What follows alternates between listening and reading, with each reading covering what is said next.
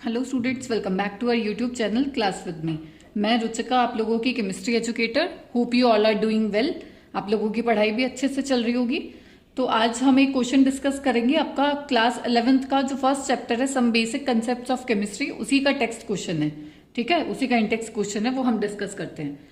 देखो क्वेश्चन क्या दे रखा है आप लोगों को।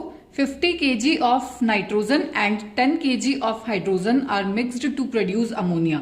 50 kg नाइट्रोजन का और 10 kg हाइड्रोजन का, उनको जब मिक्स करते हैं तो अमोनिया फॉर्म करता है। Calculate the amount of ammonia form, आपको अमाउंट बतानी है अमोनिया की कितनी फॉर्म हुई। And also identify the limiting reagent in the production of ammonia in this situation. आपको लिमिटिंग रिएजेंट बताना है और अमोनिया की अमाउंट बतानी है कितनी बनेगी। चलो इसको बिल्कुल स्टार्टिंग से करते हैं हम लोग।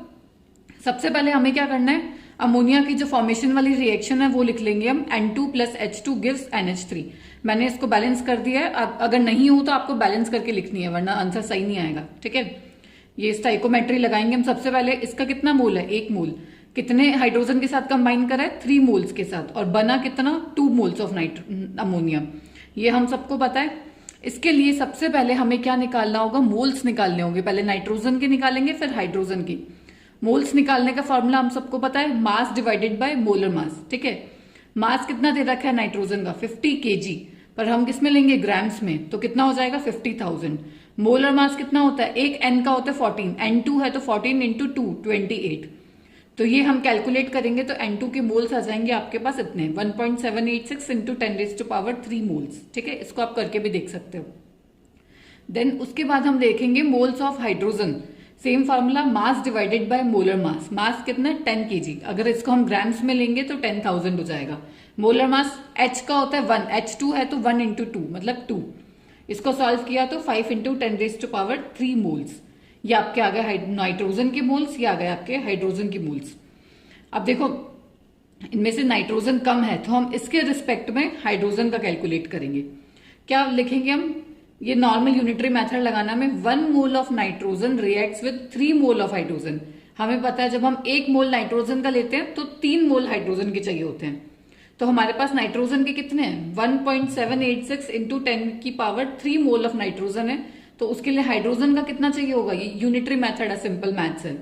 3 ये डिवाइड में आ जाएगा 1 और इसको लेंगे हम मल्टीप्लाई में, 1.786 इंटू 10⁻³ इस पूरे को सॉल्व करने पे हमारे पास आएगा 5.36 इंटू 10⁻³ मोल्स।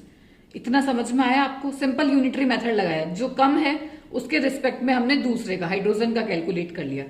ये आ गया हमारे पास हाइड्रोजन के मोल्स। ठीक है, और अब हमें देखना लिमिटिंग रिएजेंट। अब देखो नाइट्रोजन हाइड्रोजन के कितने आए, 5.36 इंटू 10⁻³ मोल्स, और हमारे पास थे कितने, 5 इंटू 10⁻³। मतलब हाइड्रोजन कम है, वो पहले ही यूज हो जाएगा, रिएक्शन स्टॉप हो जाएगी, मतलब हाइड्रोजन पूरा यूज हो गया। तो हाइड्रोजन क्या हुआ इसमें, लिमिटिंग रिएजेंट।